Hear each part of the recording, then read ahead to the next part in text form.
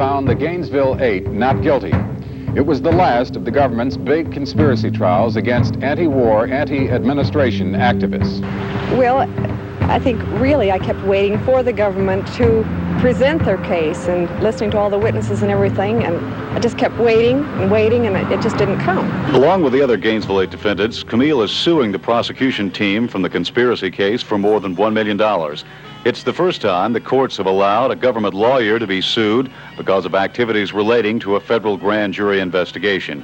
Camil has also had one more dramatic brush with the law. He was shot and almost killed by a Drug Enforcement Administration agent. He recovered, went to trial, and in October of 1975, Camil was again acquitted. Oh, Camil, tell me, why are you in this place? When you stood up for justice, your country replied by throwing it back in your face. When you tell me your story, are you making amends for all of the hatred you saw? Will you tell all the people about the people that cry out for God, not for country or war?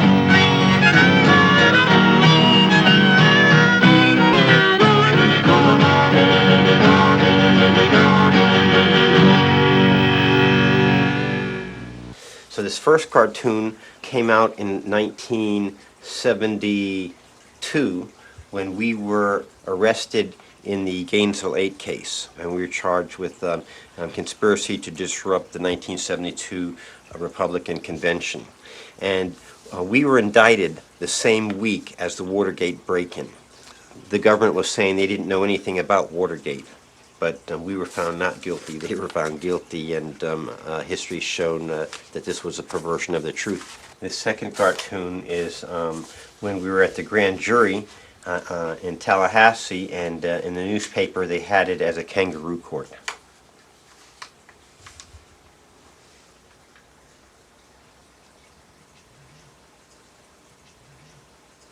This was at our arraignment, and in the newspaper it has the government being charged instead of us being charged with crimes. And it says, you are charged with conspiracy to murder and maim innocent men, women, and children. And it has two people taking Richard Nixon away, and I believe that I'm one of those two people. So back in that day I wore a headband, I had a beard, so this is more like how I really looked. Except my nose wasn't that big, I don't think. This next one is great. I love them all, but I really love this one. When we get found not guilty. And it has a picture of a DC Fats with a star from Justice Department, an 8-ball in his mouth, and the 8-ball says Gainesville 8, and there's a veteran sitting there saying, nice shot. The government is depicted as a Ku Klux Klan guy, sort of, with a hood on him, and he's looking down at the noose, and he can't figure out, jury let us go free, why they found us not guilty. And when the trial was over, the jury came in, they gave their verdict. The judge asked them if that's each of them, if that's the verdict they said. They all said yes. So then the judge said, okay, everybody has to stay in their seats and the jury can leave. But the jury didn't want to leave, so the judge says, okay, the case is over. And the jury came running over to our table. And the jurors and the defendants and the lawyers, we were all hugging each other, and everybody was crying. And over at the prosecution's table were the federal prosecutors and the FBI people. And they all had their heads down like this, and they were shaking their heads like this. They were looking down, shaking their heads. They just couldn't figure it out. And that's what this guy is. It's the same guy. He's got his head down, he's looking at the noose, and he can't figure it out. And that's just exactly how they looked in the trial.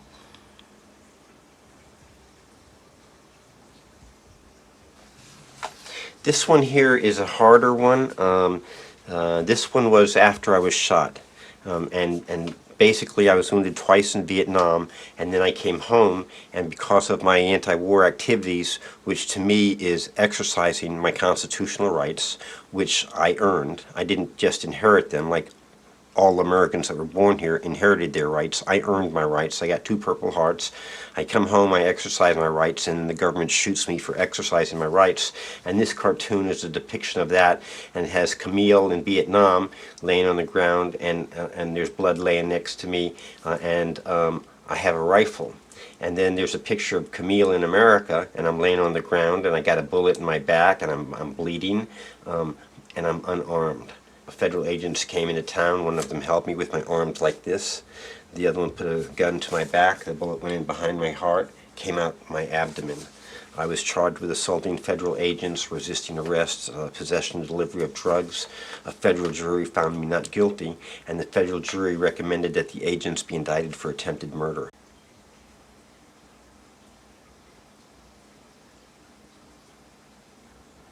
As far as my peace activism, just as I gave 100% in Vietnam as a Marine, I've given 100% as a civilian in the peace and justice movement. As a member of Vets for Peace, I've fought against war. I've worked against the idea of war as a legitimate means of conflict resolution. We seek a world without war. And in terms of that mission, we have been unsuccessful. In terms of accomplishments that I might be able to say, oh, I've made an accomplishment with these 40 years of work, I guess that the main thing that comes to mind is I do a lot of speaking in high schools and colleges, and occasionally my wife and I will be somewhere. At a movie, at a store, and someone will come up to us and say, "You're Scott Camil. You spoke in my class 10 years ago. I was going to go in the military, but I didn't. Thank you." So I get stuff like that all of the time. Good. That's a pretty good turnout here for fifth period. We have our guest speakers today, as promised, and I'm going to introduce to you here in just a second. Scott Camil and Anthony Maroon. Since the Vietnam War, I've been speaking in high schools and in colleges. And in order to ascertain what the people who listen to me are getting out of my talks, I require a reaction paper to be written.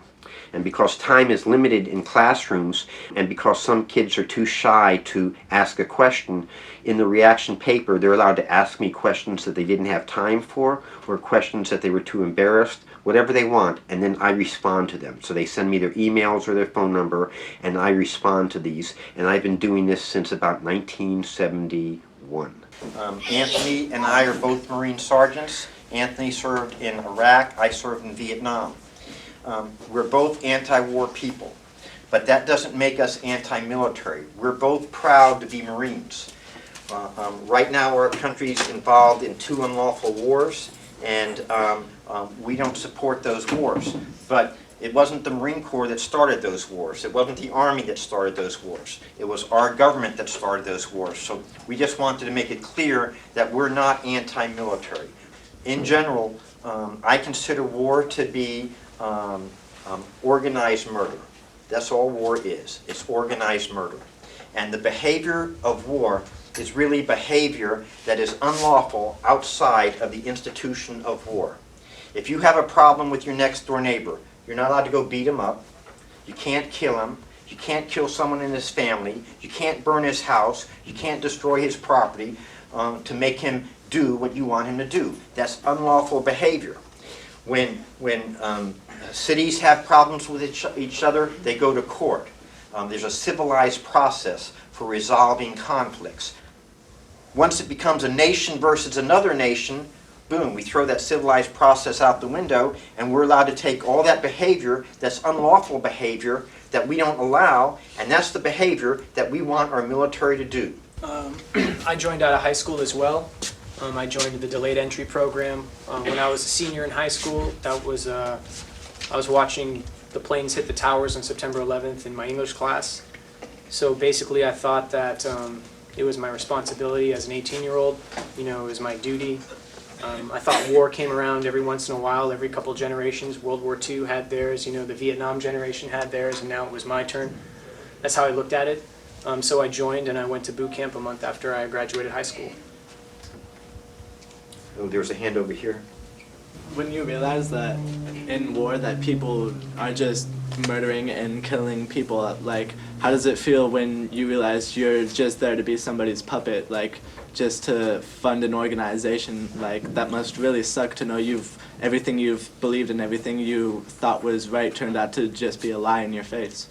Me, I can speak for myself, you don't debate whether or not you should be there. You're there and you're trying to get home. And that's basically what I did. I just shut off that part of my head and I didn't question stuff, and I listened to everything that I was supposed to do and I did it. But when I got home was basically when I started to question that stuff, and yeah, I do feel pretty similar to what you described. It's called Dialogue, and we called it the Mud Flats. And the first time I was wounded here in the Mud Flats. And if I look at this map closely, I should be able to find, let's see, where's the railroad tracks?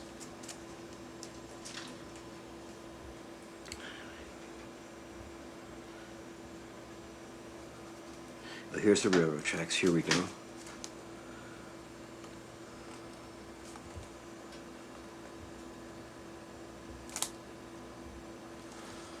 So this was the area right here where I was wounded the first time. Right in here. My job was a forward observer, knowing where my position is, knowing the enemy's position, and calling in artillery. And so this was, my life was really my map, my compass, and my radio. When I was in high school, I don't know if they still have it today, but in order to graduate, you had to write a career paper on what your career was going to be. Do you guys still have that? And that's supposed to prepare you for what you do after high school. So what I wrote was I was going to be a Marine. I wanted to be a Marine. And growing up in the 60s, it was all about being a man. And that meant being macho, being tough. And the Marine Corps motto was, the Marine Corps builds men. I wanted to be a man, so it was really easy. And before I even went in the Marine Corps, I must have heard most of my life about how bad the commies were and how they were trying to take over the world, and that it was better to fight them over there than to fight them over here, and that it was just something to do. And then in boot camp, you don't twist it first when you pull it out? No. You pull it out? No, don't say that. Like Don't ours say is that. in, twist, and out. They say, you take a step, Marine Corps! that kind of shit. And when we stabbed ours, it was kill the gook, kill the gook, kill the gook. Well, I guess we're soft now, so we say Marine Corps. Marine Corps. Marine Corps. Okay. And it's Okay. fast as you can. And ours was actually a step into it. You stepped in. Yeah, that's what we do. So we like step forward and So stay it's a- there. And stay there. You It's a don't step. you don't It's a step forward twist, and back. and then you pull out. But you have to twist. You guys letting them off easy, not twisting. It was like when, after Alpha North, I killed this guy, and I sat on his chest, and I grabbed his ear with my left hand, and I took my knife, and I'm going like this. And after the third or fourth time, I hadn't broken the skin, and I thought, this doesn't make sense. And I thought, I'm not supposed to be doing this. And then I didn't do it, and people laughed at me because I couldn't cut the guy's ear off. Somewhere inside of me, there was a human struggling to get out, but because of my survival instinct, there wasn't much time that I allowed that to happen. Now in Vietnam, my unit didn't take prisoners. They just killed them? Yeah, we just killed them. We're on a mission, and we're supposed to save some Marines that are trapped. And on the way there, we run into an enemy unit, and we engage that enemy unit. Now we have wounded enemy soldiers, and we have prisoners. If we drag them along with us, it's going to slow us down. If we run into another enemy force that's larger than us, they can give us away. If we leave some people to guard them, we might not have enough men to accomplish our mission. The best thing to do to get and finish our mission is just kill them and go finish your mission. Don't screw with them. how many people would you say you killed while you were in war? I killed, because of my job, I had different ways of killing people. I shot people. I killed people in hand-to-hand with a K-bar, a fighting knife. I killed people with grenades. I called in artillery on people. I called in airstrikes on people. And I called in naval gunfire on people. And my body count was over 200. Go ahead. What is your most tragic moment or memory from the wars? Most tragic.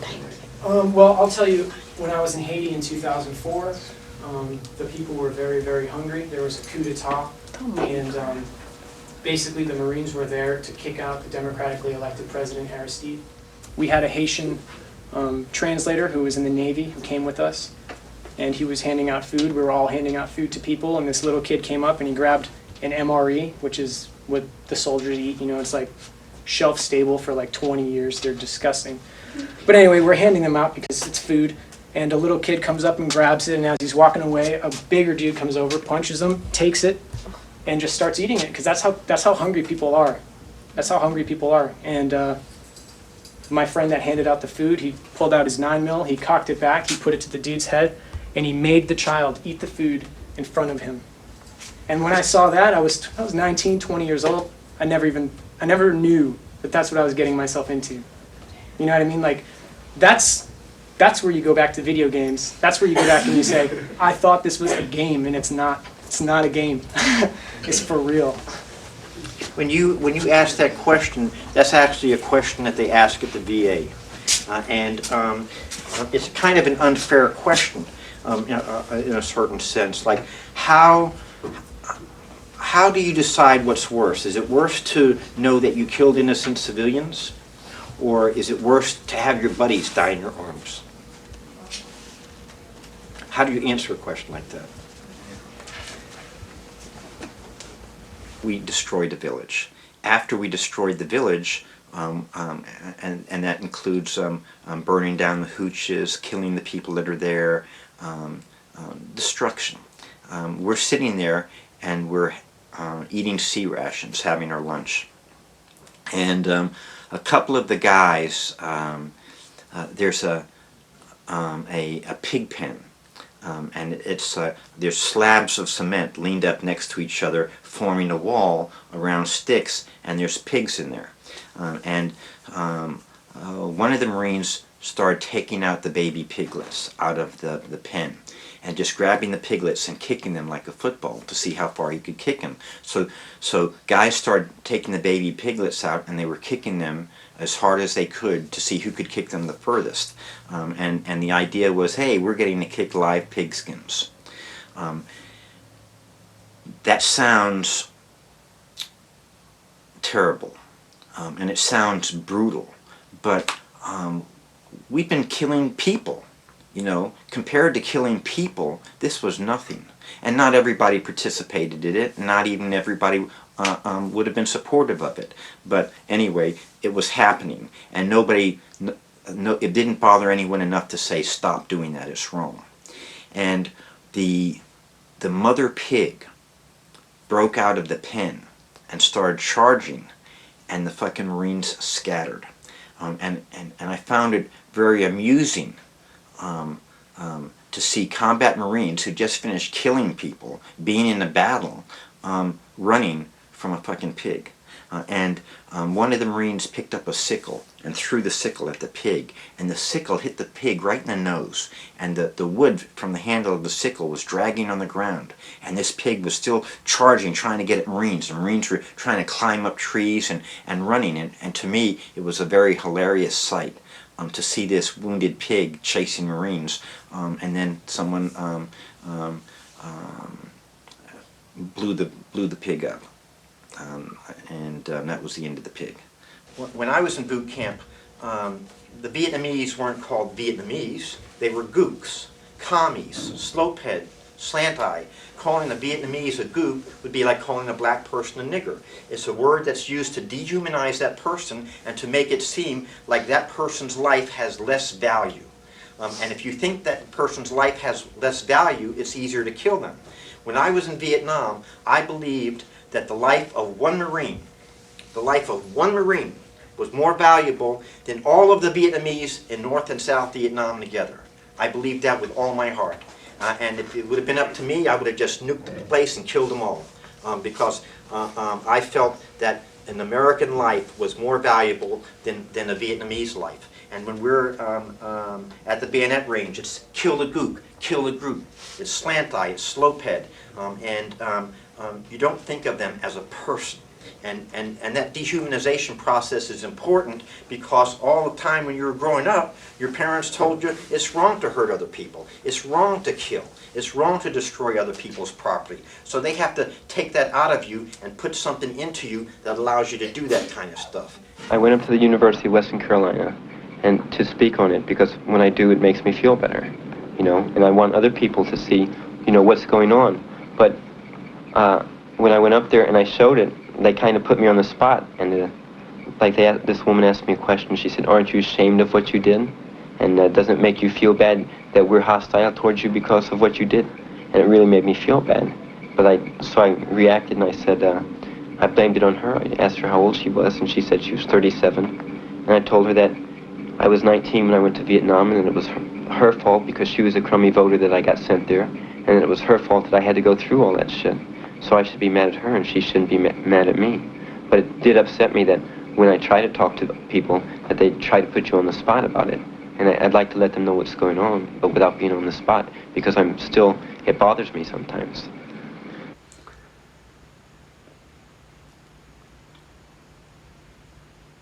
It was tremendous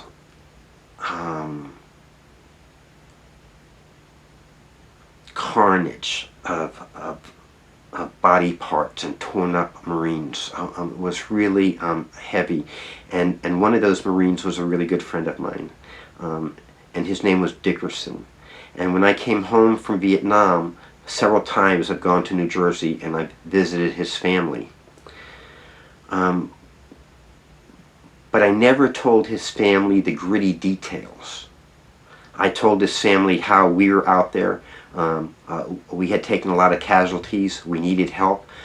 He had been wounded a few days earlier, but he was in good enough condition to come out and help us.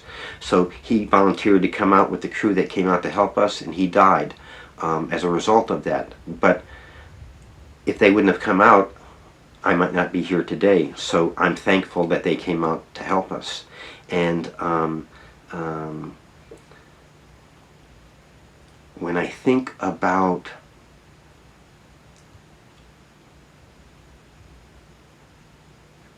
that scene, that's a very hard scene in my brain. And when I think about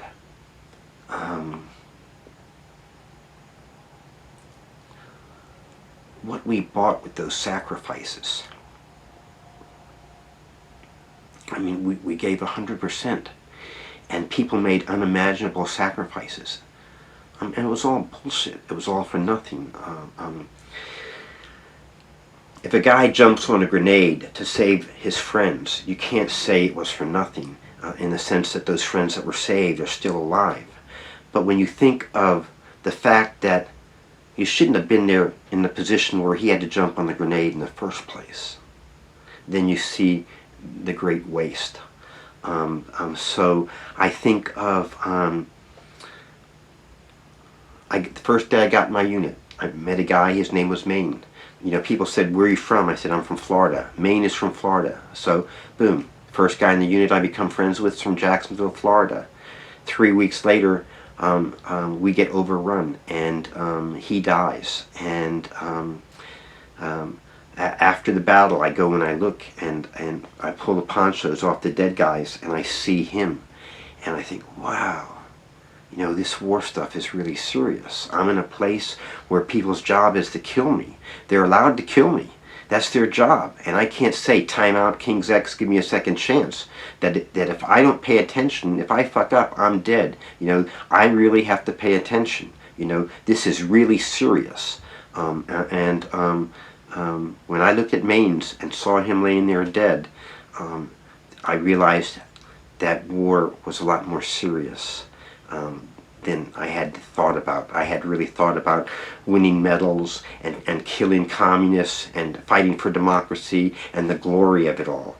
I wasn't really thinking about the reality of it. See how the chopper's got the eyes looking at you?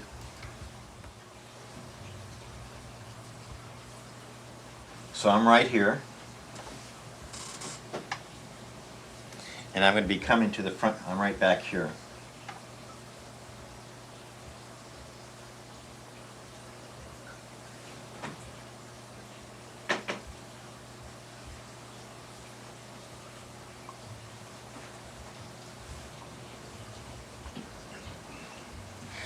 My radio operator sent this to me and said, hey, he said, Sergeant Camil, you're carrying the stretcher and with a black guy on it, and I can see your white walls. So you see the people are being carried to the chopper, so here I am.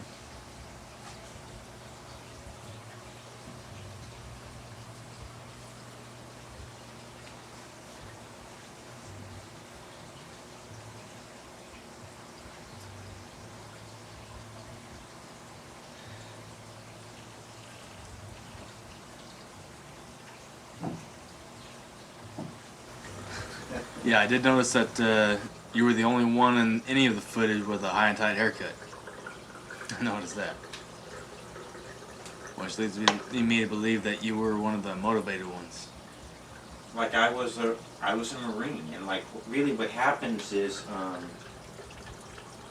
like I think that when you're thrust into a role, you play that role the way you think that role is supposed to be. You know, like when I was a student at school, I played the role of a student, and I did my homework and I studied. When I was a Marine, I played the role of what I thought a Marine was supposed to be. And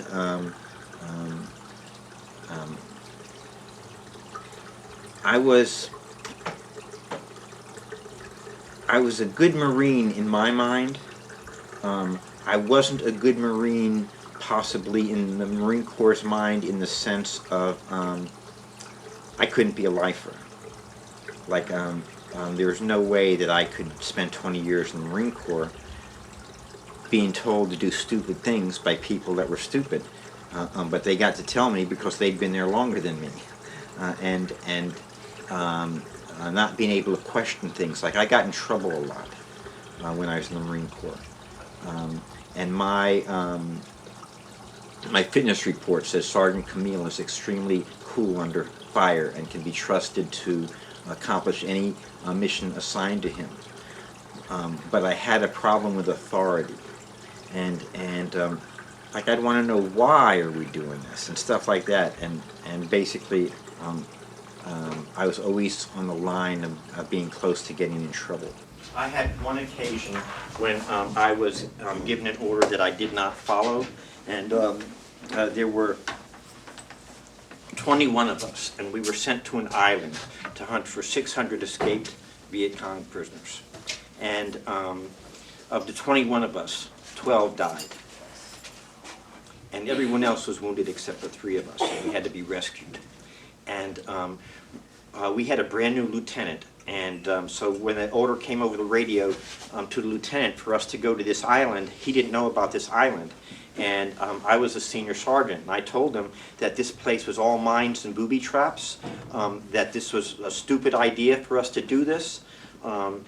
He radioed back to the captain that was expressed, and the captain said, go do what we told you to do. So we went to that island. That lieutenant was killed, and I was shaken, severely shaken. I lost some good friends on that island. And the next day, they told me I had to take a patrol out to that island. And I said, I'm not going to do it. You know, you can put me in the brig, you can do whatever you want. I am not going to that island. How severely were you punished for not following orders? Well, what happened was they sent me, they felt that I was too stressed out. And I was a good Marine. I was the kind of Marine that if you're in combat, I'm the guy you want next to you. And so what they did is, rather than put me in the brig, which wasn't going to help anyone, is they sent me out of country for 5 days R&R. When I came back in country, that island was then put off limits. And no one had to go to that island ever again. when planes would come back and land at the Da Nang Air Base, they would have bombs on them. They weren't allowed to land because if they crash landed, they'd blow up the airport. So they had to drop their bombs. So they took that island and they changed that island into a place where the bombs are dropped. So from that point on, they just, any killing that had to be done on that island was done by the bombs being dropped, rather indiscriminately actually. And I really believe that no other Marine should have ever had to go out there again. And I feel that it was because a person who had the kind of record that I had, who said no, was part of the reason why they really looked at that and made the decision to change that island from a place where they would send us to a place where they would drop bombs. I was told that there's a group called Veterans for Peace that I had never heard of. That they had a trip going to Central America and that I could go on the trip with them. So I made contact with them and told them that I wanted to go on the trip, and they said fine. And then a couple of days later I got a call back from them and there was a problem. They had been told that I was a CIA agent, and now they didn't want me on the trip. And it really pissed me off. Like I felt I've really paid my dues. You know, I've worked really hard in the anti-war movement and the peace and justice movement, and now these guys want me to fucking prove that I'm not a fucking CIA agent? Well, they gotta be fucking nuts. I was shot by fucking federal agents. And when I said that to them, that I'd been shot by federal agents, they said, well, we heard that was part of your cover. It really pissed me off. So then I kind of felt, fuck these guys. You know, I don't need to go down there. It really pissed me off. So I had this pissed off side, and then I had this other side saying, Scott, you're supposed to do this. As the veterans continued their journey, they arrived at a refugee camp near the combat zone at the Honduran-Nicaraguan border. There they found thousands of Nicaraguan civilians who had fled their homes in search of shelter from the deadly war in their country. A scene very familiar for Scott Camil, because he remembers the refugee camps in Vietnam, especially the children. Growing up in a world of war and poverty of which there seemed no end.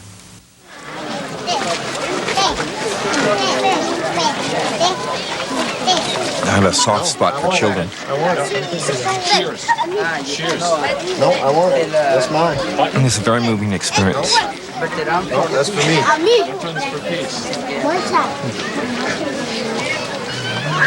I'd hate to think our government was the cause of some of this. That's where Well, we know our government's the cause of some of this. Because these are people that were displaced from their homes by the fighting. Fighting that, it seems to us, the United States started. So what are you going to do? We got to bring this message home. It has to be done. When I looked in the eyes of the children in Central America, I saw my kids. And thinking about my kids having to live under those conditions was really hard for me. It was really hard for me. I have a strong sense of empathy, and I kept seeing these just terrible situations, kids living on the street. I cried a lot. It bothered me a lot, and I was really motivated to do something about it when I came back. Hello, my name is Scott Camil. I'm president of Veterans for Peace, the Gainesville chapter. In 1987, I was invited to go to Central America on a fact-finding tour with a group called Veterans for Peace. While I was there in Nicaragua, Guatemala, and Honduras, I was totally blown away by the things that I saw. I saw Vietnam all over again. And again, I saw the things that I was seeing in this country that I went to was different than the things that the government said. So I came back from my trip to Central America, joined Veterans for Peace, and started to organize a chapter here in Gainesville. When I came back from Central America, I picked up my brothers who were living in Miami.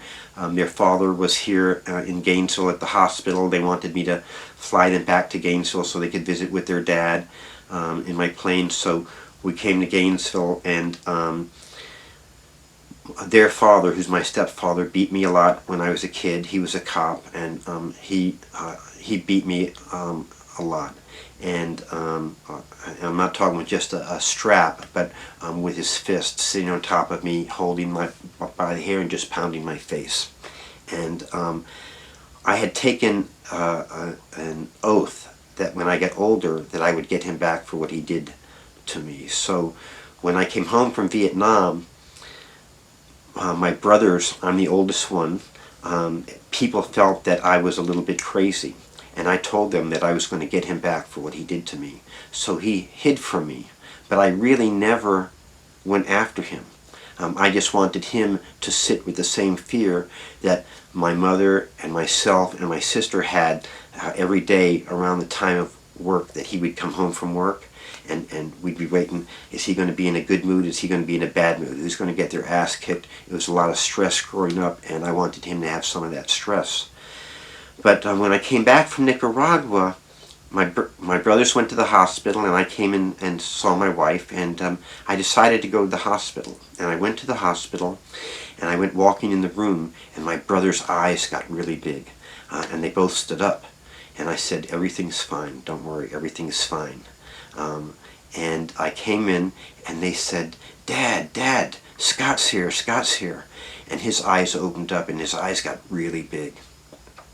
And I went up to him, and I didn't have the hostility that I had all my life for him. I just didn't have it. And somehow my experience in Nicaragua made that go away. And I touched him on the chest. I put my hand on his chest, and I said, everything's fine, don't worry, everything's going to be okay. And he died. And my brothers felt that I relieved whatever burdens were on his brain that allowed him to die. And it was a very spiritual, a very heavy and moving experience for all of us. And that wouldn't have been possible had it not been for my going to Central America. Many of our friends in the world have made a contribution to heal the wounds of the Vietnam War. They plan to build a friendship village for the invalid and orphans. In 1993-94, I went back to Vietnam as part of something called Vietnam Friendship Village Project. And I represented the United States in negotiations with the Vietnamese. We met with the North Vietnamese in order to work out the responsibilities and all the details for this project. And I was told that once we were done with that I would be able to go wherever I wanted. So I wanted to go back to Dai Lac, among other places. That's where I was wounded the first time, and there was a village there that we wiped out, and we killed about 292 people. And it's always been important to me to go back to that village. So when we were done with the negotiations with the North Vietnamese, I told them I wanted to go back to where I had been when I had been there for the war, and they said, oh, lots of Americans come here, they always want to go back to where they were, but they don't remember where they were. And I broke out my map, because I brought my maps back with me. I said, I want to go to Dai Lac. I want to take Highway 1, go down Highway 1 to Highway 4. I want to take Highway 4 to this bridge. I want to get off at this bridge, and I want to be able to spend the day at the other side of that bridge. And then they said, oh, terrible things happened during the war. It's not safe. And I said, I was promised that I could go wherever I wanted. So they assigned a North Vietnamese general and a driver. And they took me and the person who was with me, and we went to Dai Lac.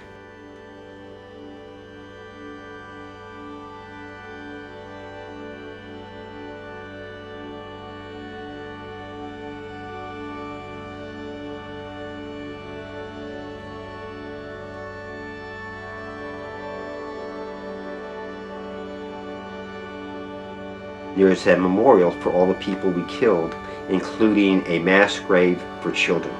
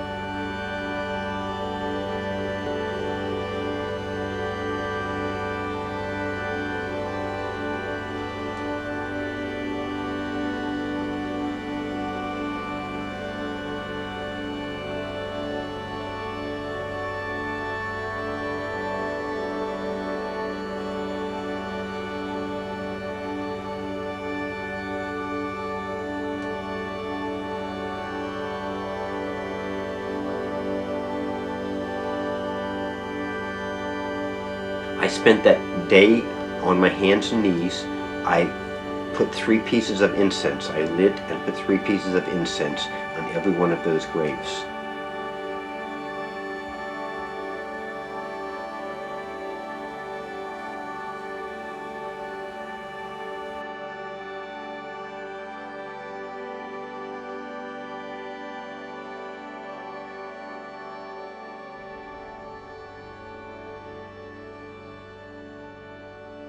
All of the people in this village knew that I was one of the people that did this thing. Everybody was friendly to me. Nobody was hostile to me. It's a kind of a cultural thing that makes me think of my culture being less advanced than older cultures. These people accepted me. It just blew me away that there was no hostility towards me at all. It gives me something to aspire to. I would like my culture to be more civilized, if you will.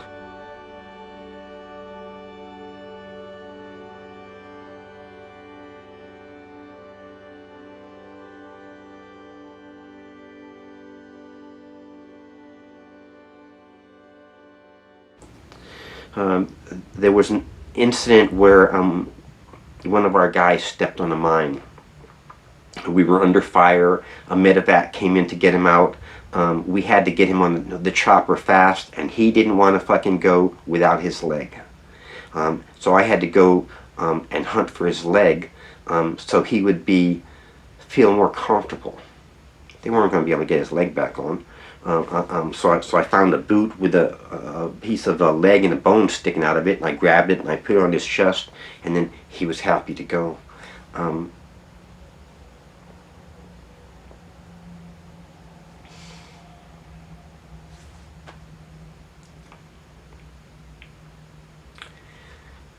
Those kind of things were kind of almost on a daily basis.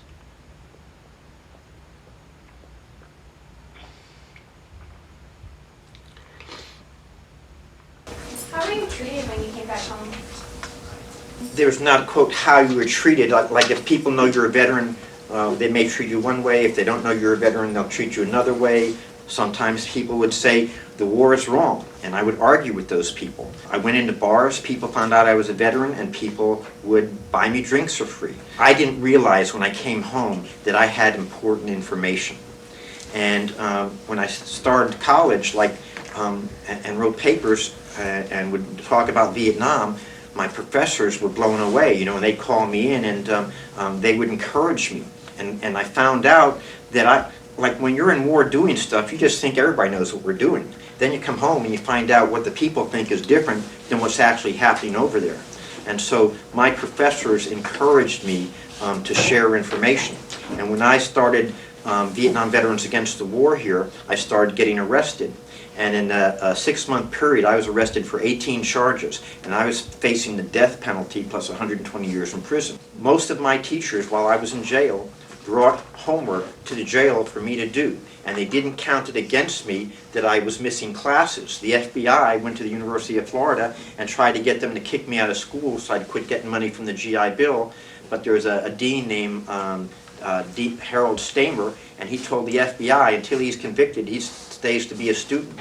So the school stood up behind me. Only one teacher failed me for a class the whole time I was at the University of Florida for missing classes because I was in jail for anti-war activities. So for the most part, I felt like I had a lot of support.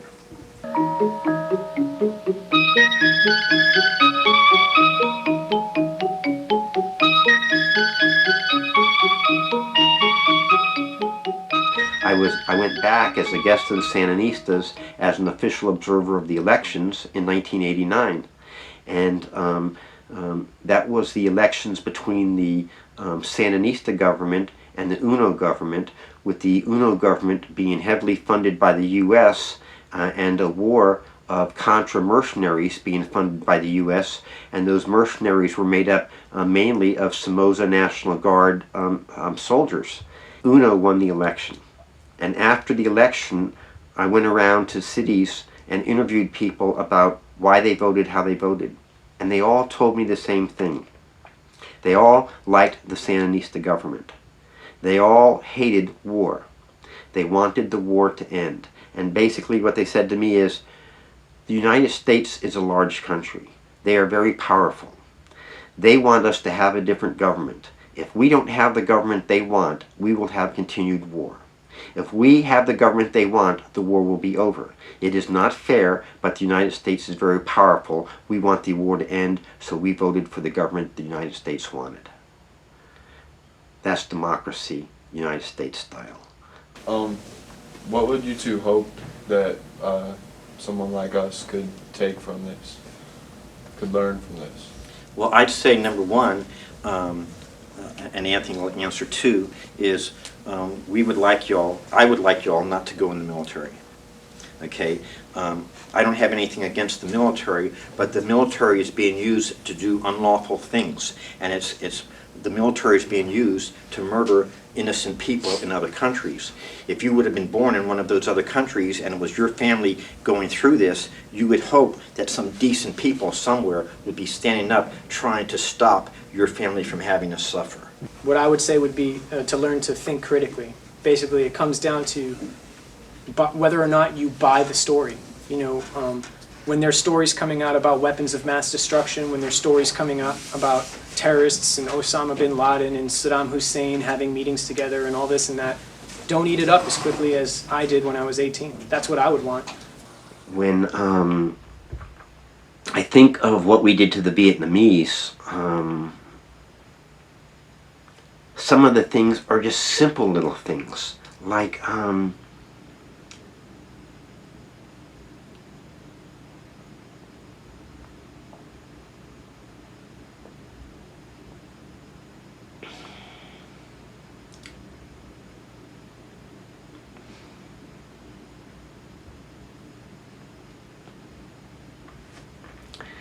the fear in the face of the children and the women and the men when we would come into the village. I wouldn't want to see that fear on the faces of my family or my friends.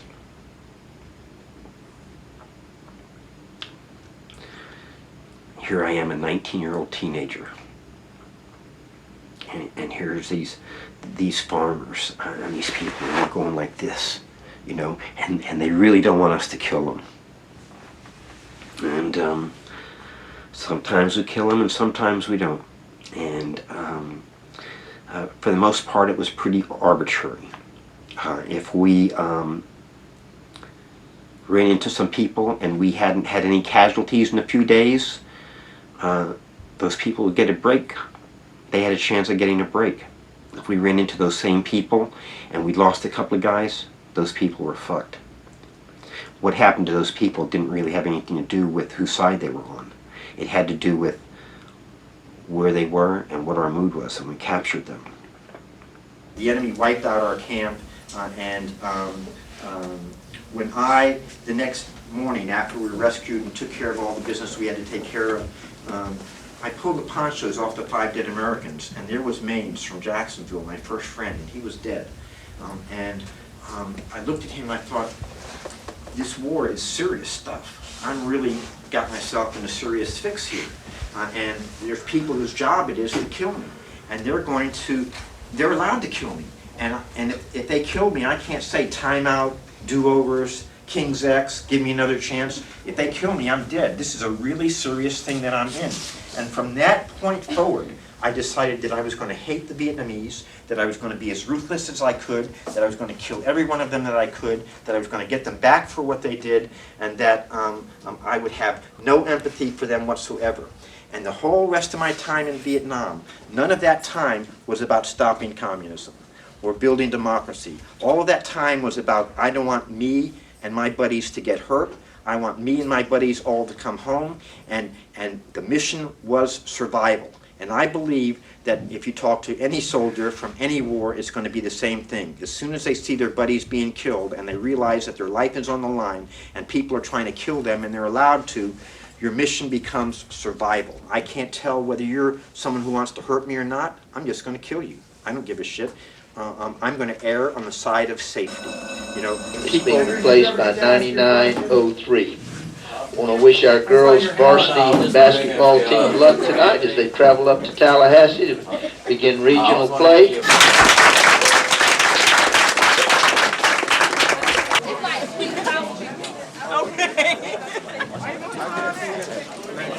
Thursday or Friday. Okay.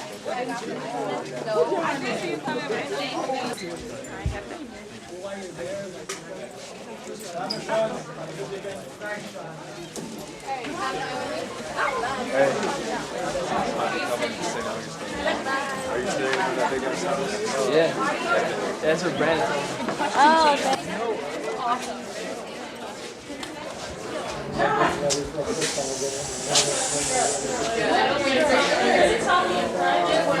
I saw one case where a woman was shot by a sniper, one of our snipers. And when we got up to her, she was asking for water. And the lieutenant said to kill her. So they ripped off her clothes, they stabbed her in both breasts, they spread her eagle and shoved an E-tool up her vagina, an entrenching tool, and she was still asking for water. And then they took that out and they used a tree limb, and then she was shot. One of the things I have a really hard time with was a woman, we got a call on the radio. So to start with, I'm a forward observer. I have a radio operator. And lots of times I'm traveling with with a platoon commander or a company commander who's in charge of the infantry people that I'm with. And so on the radio, he gets a call that they have a wounded Viet Cong prisoner that was shot in the face by the snipers. So we get to the scene, and here's this young, attractive woman laying on the ground. Her shirt's been ripped open. Her pants have been ripped off. She's bleeding from the vagina. She actually has a branch stuck in her vagina.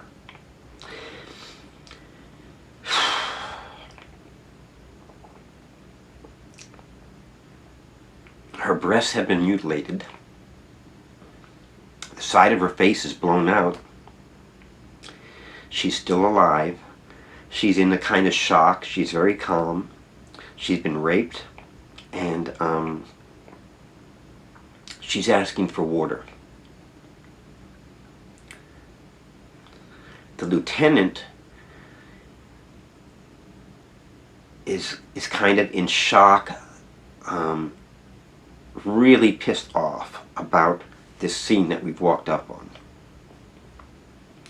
So the lieutenant is dealing with the infantry people who are there, and we get a call on the radio that we need to go somewhere else. And the lieutenant tells the guys to kill her, and none of them will kill her.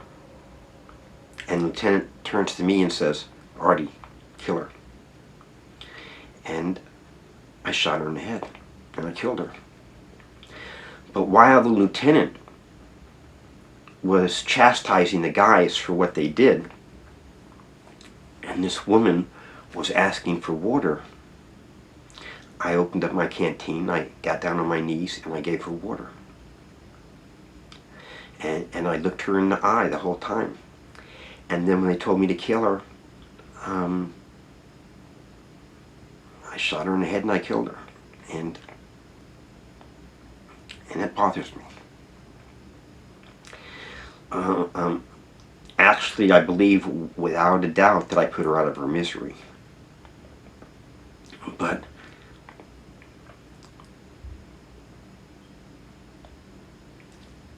it's a picture in my brain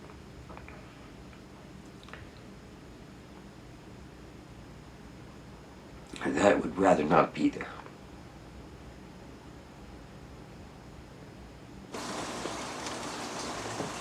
Okay, you're going to find some footage in here. That's from the 1999 when we were doing the elections. I tend to save everything. Like this right here, film says Birth of the Puppies.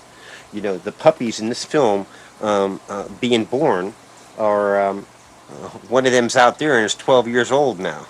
And this is and my kids are watching the puppies be born, and the mother is having a hard time. Really interesting stuff from the old days.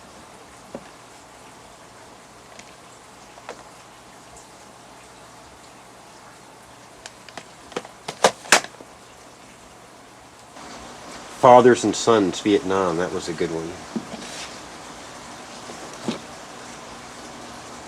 Scott, what's it been like having this documentary made about you?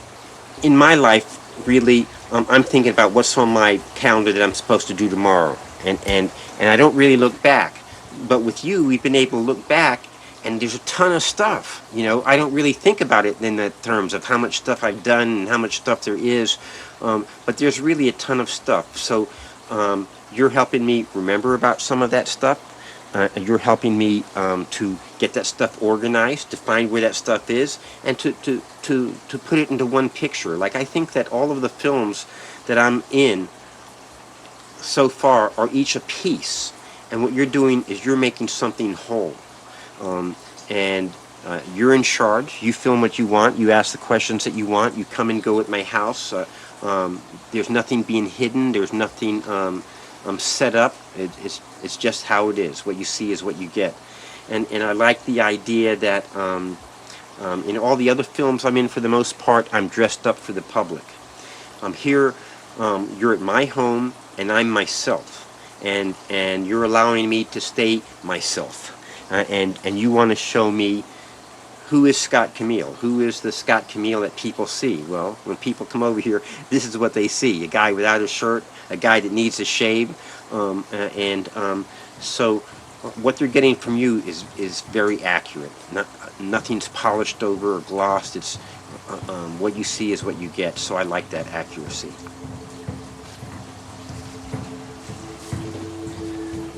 And I'm also I'm honored that you would even be interested and that you would even think that there's some value in my life that should be shared.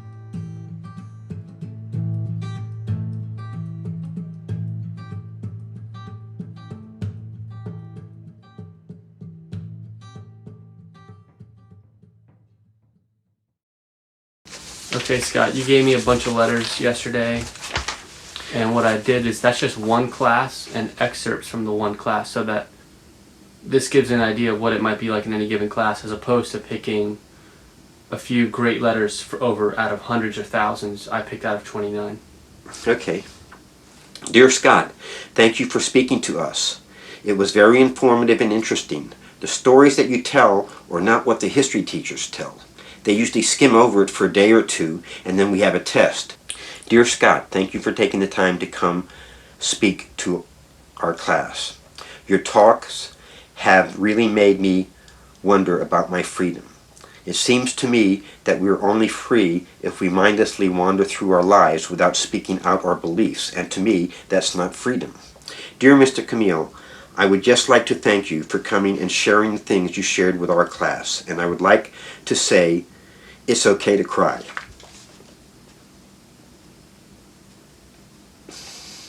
You don't have to be afraid to cry.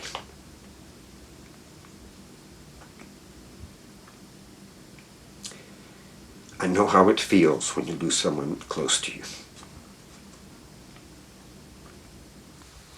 Dear Scott, my grandfather fought in the Vietnam War. My grandmother said he wasn't the same person when he returned. While he was alive, he never wanted to talk to anyone about the war. He eventually resorted to alcohol and became an alcoholic. He just died last year. I never really had an opinion about the war. I saw what it did to my grandfather.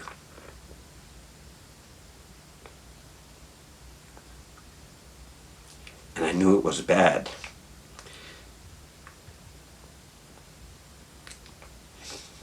But I never had enough details about the war to be against it. You helped me form an opinion based on the facts to back it up. I really appreciate that. Dear Scott Camil, I immensely enjoyed listening to you. Before listening to you, I thought that the Vietnam War was wrong, and I was highly critical of our government for what they'd done. How could people have sat about while we killed tons of people only trying to defend their homelands? But I never looked around and evaluated myself. I only pointed fingers. Wondered why grown-ups refused to do something.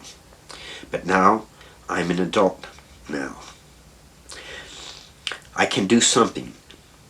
And if I don't, 25 or 30 years from now, some kid's going to look at my generation and wonder the same thing. They will rightly question a war for peace. They will end the slow erosion of human rights, quote, in the land of the free, home of the brave, unquote. They'll want to know what happened to democracy in America, and I'm unwilling to allow that to happen. You, sir, were inspiring. Thank you so much for coming to my English class today. Because of you, I learned that war can never be glorified and is a traumatic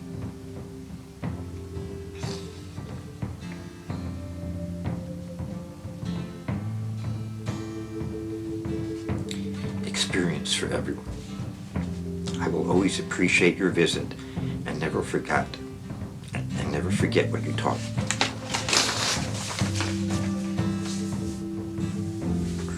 In school, students learn what happened in history, but we don't always learn why something happened.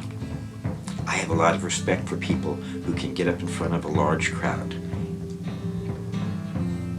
and talk about bad experiences. It's not easy for some people to get up and talk about what they had for breakfast, let alone talk about being part of something as horrible as Vietnam War. I really hope you continue to do what you do, and thank you again for coming in. Sincerely, Keating Armstrong.